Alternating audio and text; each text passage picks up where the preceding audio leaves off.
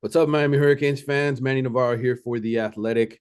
I'm in my hotel room up in Orlando for the Under Armour All-American camp that they're doing here for the state of Florida. And today is Sunday, March 5th, right around 7:30 a.m. I'm going to be at this Under Armour camp all day. I'll have a report on that at some point for The Athletic.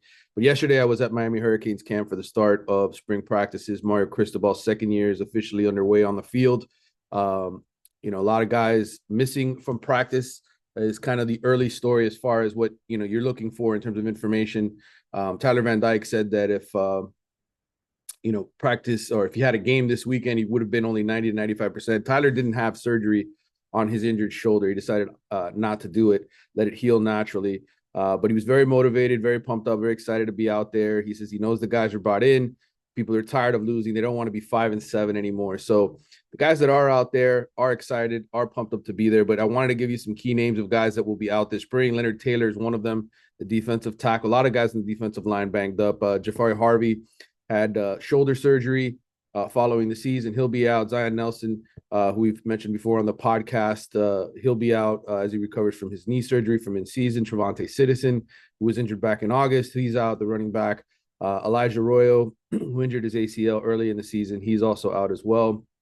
Mario Cristobal did say Akeem Mesidor could be back in the middle of camp. He's one of those guys. There's a few of them that could come back and do some work. Corey Flagg kind of started camp banged up a little bit at the linebacker position. He's got a foot injury that he's dealing with. But the whole point is this isn't a full arsenal of guys that are out there getting snaps, which means a lot of young guys, 23 of those new faces that are on campus, 15 of them true freshmen, 8 of them transfers. They are getting some work and a lot of work, and they will be getting a lot of work through the spring. So that's a good thing as you start to sort of rebuild this program. Mario, heavy facelift with this program. I mean, you had 20 guys transfer out yesterday. Khalil Brantley, one of the tight ends from Miami Northwestern that Mario brought in, or not Mario, but Manny Diaz brought in 2021. He decided to hit the transfer portal, becoming the 20th guy to leave the program. You had a bunch of others, essentially 10 seniors, Tyreek Stevenson, who still had a year left of eligibility. So you have 30 guys potentially that have left the program since the end of last season, 33 new ones once the summer arrivals get here. So a lot of roster turnover, and they will look different. They will also look different because there's new coordinators on staff. Mario has 6 new assistant coaches. As Miami starts spring practice, we got a chance to see Shannon Dawson out there with his new, sort of group implementing the air raid system. I talked to a few different people who got a chance to watch practice because we in the media, I think we got about 15 minutes. We got to see about 4 different groups really up close. I would say the receivers, the quarterbacks, the running backs, offensive line. And then I was able to kind of walk over and see the safeties. The defense was really on the other side of the field, so they were kind of far away. But we got a good look, I think, at Shannon Dawson yesterday while we were there. And I had a lot of people tell me that the true freshman, Emory Williams, looked really, really good at the quarterback position. I know it's day one. I know they're just throwing the football around, but I've heard a lot of promise about Emory Williams for a while. And who knows if he ends up performing well enough this spring to put himself in position to be the backup quarterback. Tyler Van Dyke had some really nice things to say about Emory Williams. I would say, the receivers, most of those guys are healthy. That's sort of the one position where you've got a lot of people out there. When you saw the first unit sort of take the field and just go down the field, 11 players on offense, no defense out there. When you look at that group, I have some notes here from yesterday I wanted to share. The first group, Tyler Van Dyke, Henry Parrish Jr., the running back, Colby Young, Jacoby George, Xavier Restrepo. Those were your receivers. Cam McCormick, the transfer from Oregon, was the first team tight end. And then from left to right on the offensive line, you had Jalen Rivers, Lawrence Seymour, Matt Lee, the transfer from UCF, Inez Cooper, the fab freshman from last season who started playing really well at the end of the season, started some games. And then Chris Washington, somebody who's been here for a long time, hasn't really gotten a lot of playing time. He was the first team right tackle. The second team unit on offense was led by Ja'Cory Brown at quarterback, Don Chaney Jr. Good to see him out there after his car accident earlier this spring. He was fine. He was getting some carries with the second unit. Then your second team receivers were Isaiah Horton, Robbie Washington, the true freshman, and Brashard Smith. The offensive line left to right, you had the 2 5-stars, that recently got signed here. They were playing the two tackle positions. Samson Okanola was at left tackle, Francis Mauigoa at right tackle, and then your interior linemen were Logan Sagapolu, Ryan Rodriguez, and then the true freshman Antonio Tripp, who played with Francis at IMG Academy. So that's what I saw in the little bit of time that I was able to watch in terms of taking attendance, seeing where guys were lining up. Again, a lot of guys with injuries. Ray Joseph, Nathaniel Joseph, the talented wide receiver from Miami Edison. He was in a red jersey out there. I think he's kind of dealing with something here at the start of camp. But I think all in all, you're going to see these guys get a lot of work. As I mentioned, Shannon Dawson, some of the people who were able to watch all of practice told me that there was a lot of bubble screens, a lot of quick, getting the football out of the hands quickly with this offense. I think that's something Tyler Van Dyke talked a little bit about yesterday. You want to make sure you check out his interview. I'm sure it's online at hurricanesports.com. We got a chance to talk to Tyler. We got a chance to talk to Jalen Rivers. We got a chance to talk to Cam Kitchens on defense. Wesley Besainth, the talented true freshman from Miami Central, who's back. Actually, he's a second-year guy now. He'll be a sophomore. So those are the guys that did interviews yesterday. Mario Cristobal talked to us for a while as well. Again, busy day. Junior Day was out there. You had a bunch of visitors. I wrote about this in The Athletic. I want to make sure if you've not already subscribed to The Athletic, make sure you do that. Go out, sign up to read some of my stories, as well as some of the excellent college football coverage that we provide at The Athletic. A ton of content there. I'm doing a lot of more recruiting, going out to camps, etc. Like I'm here in Orlando today for the Under Armour camp. So make sure you get a chance to sign up. I was at Bradenton IMG Academy for their Under Armour Combine on Thursday. Have a report from that. I have my story from the first day of practice.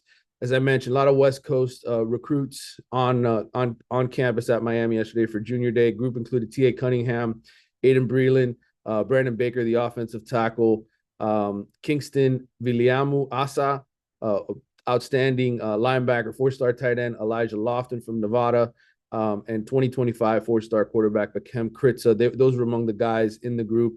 One thing I learned from talking to some of the staffers at Miami, they're really trying to get a lot of their top targets individual time, one-on-one time. So guys like Aaron Nolan, the 2024 quarterback from Georgia, that's very, very high up on Miami's list. He'll be coming sort of on his own day to spend time with the coaching staff and to get his own sort of private tour.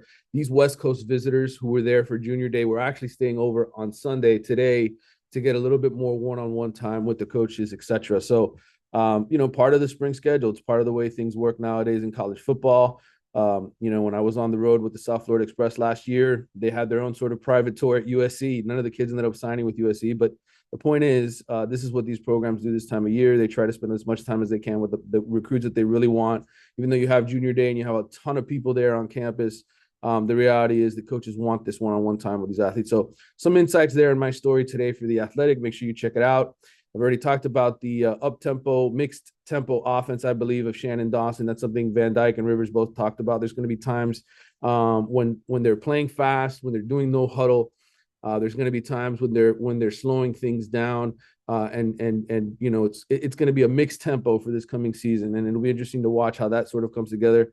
Javion Cohen, talking about leaders on the offensive line, new people that are here. He wasn't at Saturday's practice. He was actually in Indianapolis for an NFL symposium for underclassmen. I guess this is something new the NFL is doing. So he wasn't out there in his number 70 jersey.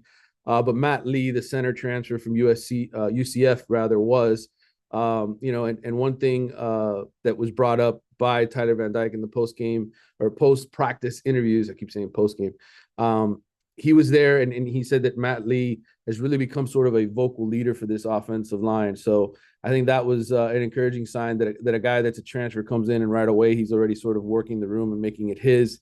Really important. You talk to most offensive linemen over the years. I talked to Joaquin Gonzalez, a bunch of other guys, Brett Romberg, and they say the center position really has to be the leader of that group. And I guess it's an encouraging sign that that's happening. One thing I want to talk about as far as the defense is concerned, a lot more energy out there. Jason Taylor, obviously, the new defensive line coach for Miami. You've got Derek Nicholson, the former Florida State Seminole. He's coaching the linebackers. And then you got Lance Guidry at defensive coordinator. A lot more energy. That's something Cam Kitchens and Wesley Bassine talked about. They called I think it was Cam who described Guidry as a fireball. So I think that's good. I think, you know, on that side of the football, you want somebody who's gonna sort of bring some more life to the room. I think at times last year there was a little bit of malaise on that defense, especially when they would give up big plays. They wouldn't really bounce back from those mistakes, and I think I think it's a good sort of change that was necessary in that locker room after last season and how terrible they looked on that side of the football. Long way to go. I think cornerback, I've mentioned this before here on this podcast, is a position that I'm concerned about, you know, long term with this group. I think it's not that they don't have some talent there. I just, guys have to really prove themselves and improve off of last season. So that's a position I'll be watching going forward as camp continues. Some important number changes. If you follow me on Twitter at Manny_Navarro, you got all my tweets yesterday with the number changes and what the new guys, the new arrivals are wearing. So if you want to look up all the numbers, but some key ones that I'll share with you here before we wrap up this quick little episode from my hotel room. Two new number zeros for Miami. To Corey Couch, the cornerback, who I think is going to be their number one cornerback this year on the outside. He switched from 23 to 0. And Brashard Smith, the receiver, slot receiver, has gone from 12 to 0. So two new number zeros. Akeem Mesidor, who I mentioned, was injured. He's gone from number 90 to number 3. Colby Young, who I thought physically looked really, really impressive yesterday out on the field, he's gone from 88 to number 4. He looks a lot bigger with that number 4 on. I don't know, maybe it's what he's been doing in the weight room. And then All-American safety Cam Kitchens, he talked about switching 24 to 5. 5 is kind of the number he always wore growing up as a kid. And then Nigel Lee Kelly, the really talented second-year defensive end, who I think is going to be a menace, might be their best defensive lineman before the season is over. He's gone from number 32 to number 9. So those are some of the number changes. Make sure you follow me on Twitter to get the rest of it. Anyway, I just wanted to put something up here. I've got some video highlights that hopefully we're playing over my talking here for the last few minutes. I wanted to share this with you guys on YouTube and encourage you to not only subscribe to this channel, but make sure you follow me at The Athletic. Sign up, subscribe. Between these podcasts and everything else I do, I'm hoping to provide you some really good coverage when I'm around and I'm here and I'm doing things. So anyway, thanks for following. Thanks for listening. We'll be back with more Wide Right in the days and weeks ahead.